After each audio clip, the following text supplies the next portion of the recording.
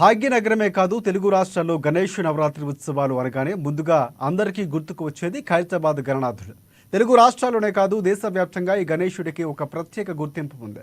ఖైరతాబాద్ ఉత్సవాలు ప్రారంభించి 70 ఏళ్లు పూర్తవుతుండడంతో ఈసారి 70 అడుగుల ఎత్తైన విగ్రహాన్ని ఏర్పాటు చేశారు. సప్తముఖ మహాగణపతి పూజలు అందుకునేందుకు సిద్ధమయ్యారు.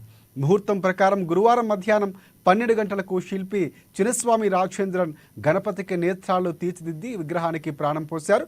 ఇక భక్తులు జయ జయధ్వానాల నడుమ ఉత్సవ కమిటీ సభ్యులు ప్రతినిధులు గుమ్మడికాయలు కొబ్బరికాయలు కొట్టి బలి తీశారు.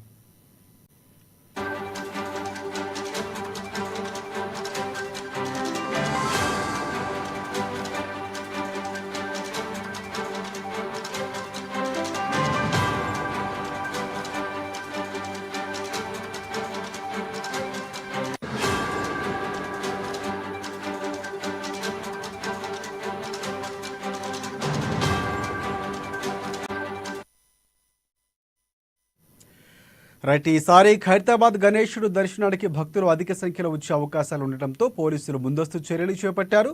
భారీ బందోబస్తు ఏర్పాట్లు చేస్తున్నారు. నేడు ఉదయం 10 గంటలకు ముఖ్యమంత్రి రేవంత్ రెడ్డితో పాటు గవర్నర్లు పూజలు చేయనున్నారు. ఇక ఈ నేపథ్యంలో 24 గంటల పాటు 3 షిఫ్టుల్లో పోలీసులు విధులు నిర్వహించేలా అధికారులు ప్రణాళికలు రూపొందించారు.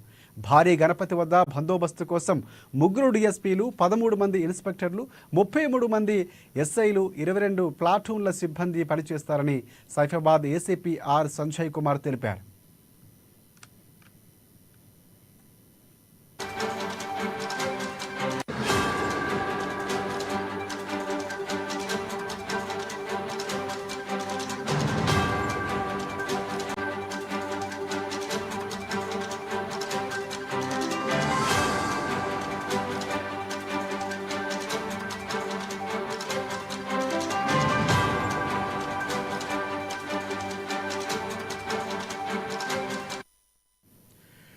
రైట్, భాగ్యనగరమే కాదు తెలుగు రాష్ట్రాల్లో గణేష్ నవరాత్రి ఉత్సవాలు అనగానే ముందుగా అందరికీ గుర్తుకు వచ్చేది ఖైరతాబాద్ గణనాథుడు.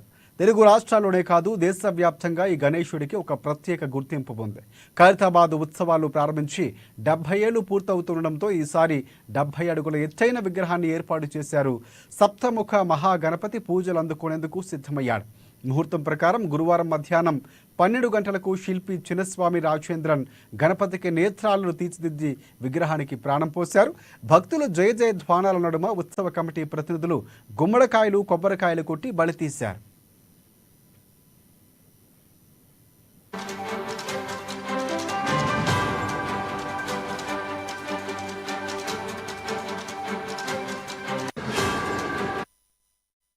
ఈసారి ఖైరతాబాద్ గణేష్ దర్శనానికి భక్తులు అధిక సంఖ్యలో వచ్చే అవకాశాలు ఉండటంతో పోలీసులు ముందస్తు చర్యలు చేపట్టారు. భారీ బందోబస్తు ఏర్పాట్లు చేస్తున్నారు. నేడు ఉదయం 10 గంటలకు ముఖ్యమంత్రి రేవంత్ రెడ్డితో పాటు గవర్నర్లు పూజలు చేయనున్నారు. ఈ నేపథ్యంలో 24 గంటల పాటు 3 షిఫ్టుల్లో పోలీసులు విధులు నిర్వహించేలా అధికారులు ప్రణాళిక రూపొందించారు. భారీ గణపతి వద్ద బందోబస్తు కోసం 3 డిఎస్పీలు, 13 మంది ఇన్స్పెక్టర్లు, 33 మంది ఎస్ఐలు, 22 ప్లాటూన్ల సిబ్బంది పనిచేస్తారని సైఫాబాద్ ఏసీపీ ఆర్ సంజయ్ కుమార్ తెలిపారు.